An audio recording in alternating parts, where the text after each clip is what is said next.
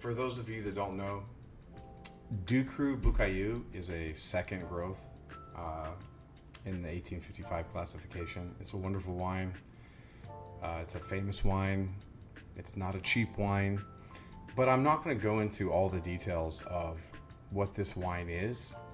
I'll get another bottle that was better than this one, and we'll talk all about this wine. But I'm going to do a very short video right now, kind of a PSA. When I first got into wine, you look online, you buy these bottles, and you see something that looks like a good deal. And you do a little bit of research, maybe you go on Cellar Tracker and you look, and you read one comment where somebody said, oh, this isn't the greatest vintage.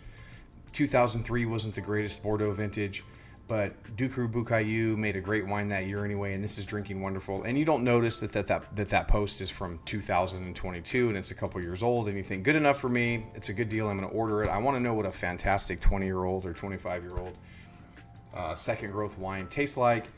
This was $40 cheaper than one of the brand new vintages. If you get a 2020 or a 2019 or a 2021, you could be paying $240 for a bottle of this. This is what happened. I had a family member coming over. I wanted to open up a special bottle of wine. I ordered this bottle of wine.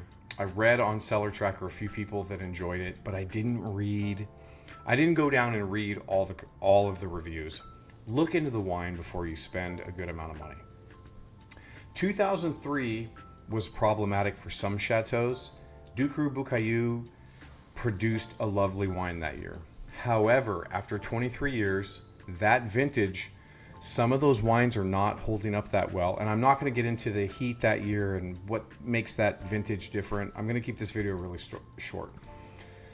Some Ducru-Beaucailloux hold up for 30 or 40 years. The 2003s are not going to. Most of them are not going to. You can find people that say their bottle was still holding up.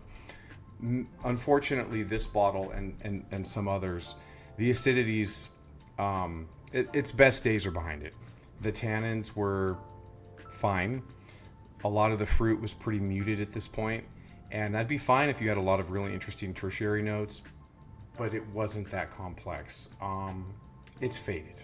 But what this video is about is if you're getting into wine and you're like, I'm gonna go spend $100 or $200 or $300 and $400 on an older wine varietal that I'm into, make sure that you take the time to really research that vintage, how those wines turned out, and how they're holding up over 10 or 20 years, to make sure that you're not getting a bottle that's priced lower, because many of these are starting to fade.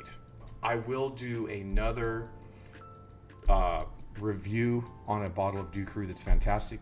Thanks for being with me, guys. I'm going to crank out a couple more videos the next couple days. I got some new equipment and figuring out the whole editing thing. Thanks for being with me.